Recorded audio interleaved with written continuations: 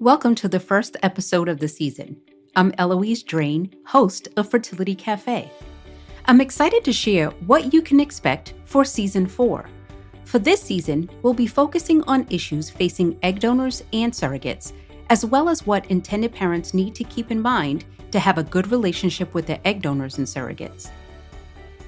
If you are a surrogate, considering becoming a surrogate, or even been a surrogate in the past, we address several questions that we often receive.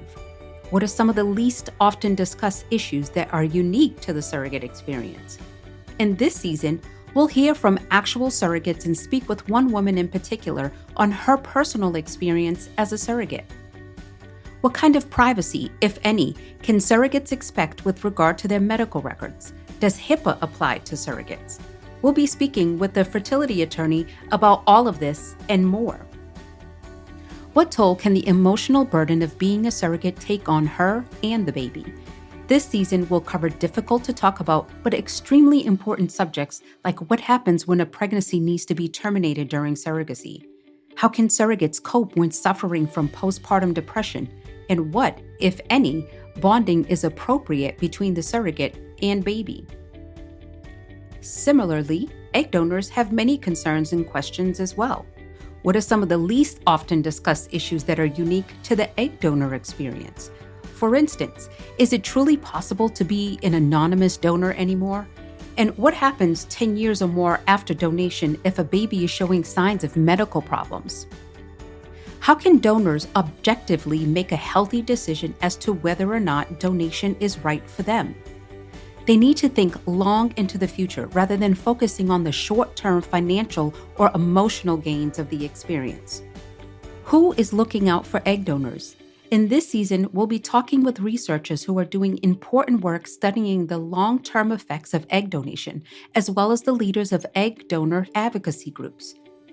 What long-term issues do donors need to think about before deciding to donate? We'll be speaking with a representative from the Donor Sibling Registry, as well as a donor who has the opportunity to have anonymous donations, as well as known donations, and how those experiences have impacted her now that there are children born from her donations. I'll also be sharing my own experience of meeting a child born from one of my 6 egg donor cycles. Also coming up in Season 4, we're going to discuss intended parents and their relationships with their surrogates and egg donors.